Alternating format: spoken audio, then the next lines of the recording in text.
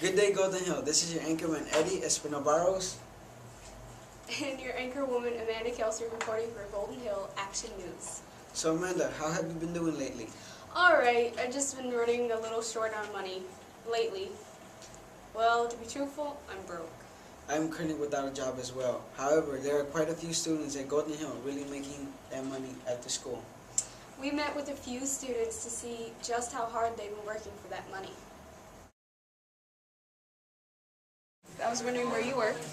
I work at Hy-Vee North. What do you do there? I'm a bagger. You're a bagger? Is that interesting? It's fun. Not really. What are the pros of working at Hy-Vee? You can move up quickly if you do a good job. So, where do you work? I work at McDonald's, out by Fleet Farm at Commercial Drive. Very nice. What do you do there? We make food for people. You get half-price food. It's kind of fun working during your lunch because so much is going on.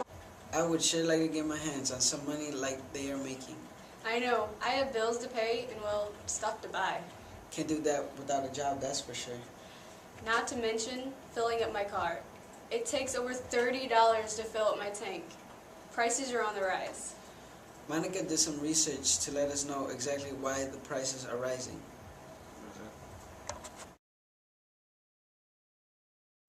Recently, the gas prices has been high and there's no stop to its rise. It is now $3.59 a gallon and the U.S. is the world's largest oil consumer. The prices since spring has been on a roll because of rising demands in China. By March, it's expected to be between $3.20 and $3.75 a gallon in undeveloped countries like China. So for you truck drivers and SUV drivers, be ready to spend big bucks on gas. The way prices keep going up, well, we'll all be riding the bus to school. Many of us already are. Well, for those lucky enough to afford all the expenses of owning a car, Brian brings us a tip to help us save a few bucks. Hey, I'm Brian. Some people may know me as the auto mechanic guy, or some type of guy who just loves to fix cars. Today I will be speaking to you about how to do an oil change on a car. So let's go through the basics about this stuff. So, first of all, you have pop the hood.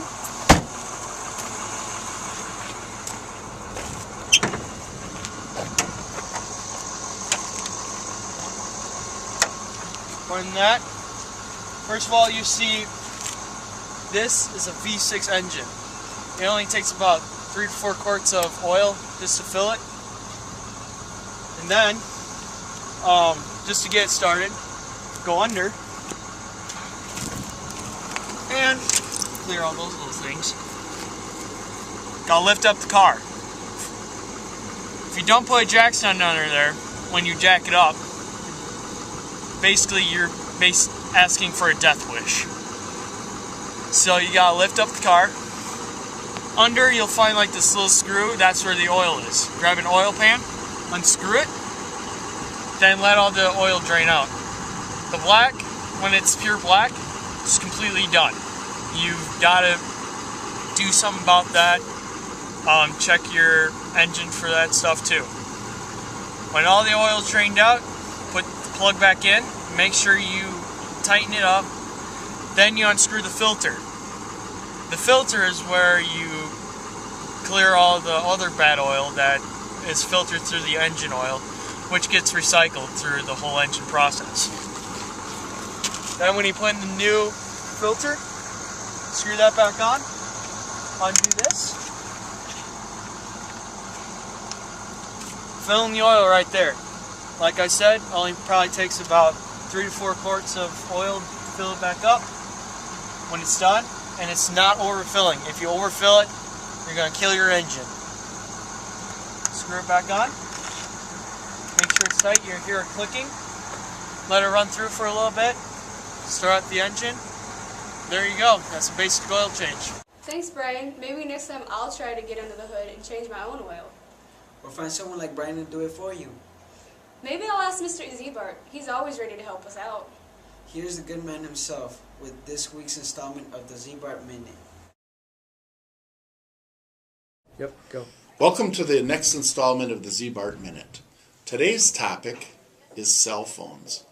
As you see me, I use my cell phone frequently throughout the day. I actually have my email, my work email comes to my cell phone, and I actually communicate with other people. But the one thing that I do that I think is important for students to understand, because I understand that there's a lot of students that are virtually addicted to their cell phone. If you took it away from them, they'd go into some kind of gyrations. But one thing I do with my cell phone is when I go into a meeting, which would be like you going into a class, I turn my cell phone off. And I think that's the expectation we have here at Golden Hill, is that students would turn their cell phones off when they go into a class. The other thing I want to let you know about is stolen cell phones. There's not a lot we can do to help you get them back. Within the last couple of weeks, we've had 3 people come to the office and say they had their cell phone stolen.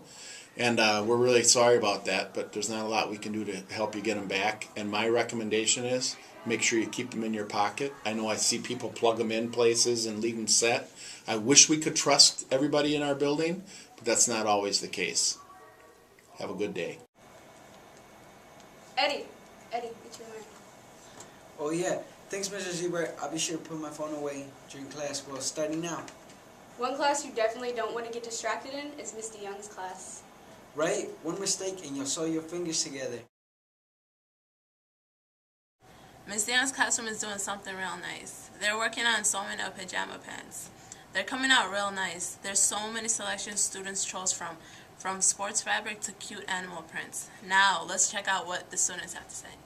Hi Ashanti, what do you like about your pants? Oh, they're very creative. What type of fabric is it? It's flannel. Did you have fun doing this project? Of course I did. Hey Logan, what did you like about your pants? Camouflage, totally. So what do you like about your the rainbow color, I guess. I picked out rainbow fabric. Oh, you say it's boring. That's pretty. Did you have fun doing this project?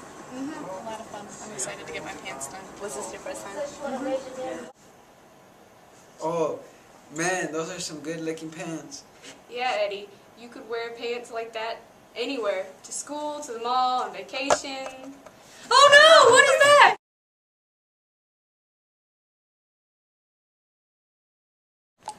American people are extremely misinformed about wallabies. We at the Wallaby Appreciation Center of Christchurch of New Zealand wish to clear up some misconceptions about wallabies. First off, wallabies are marsupials, much like kangaroos. But smaller. And also the most dangerous animal in New Zealand. The wallaby. What? Man, that was intense! Felt like about a 6.2 to me.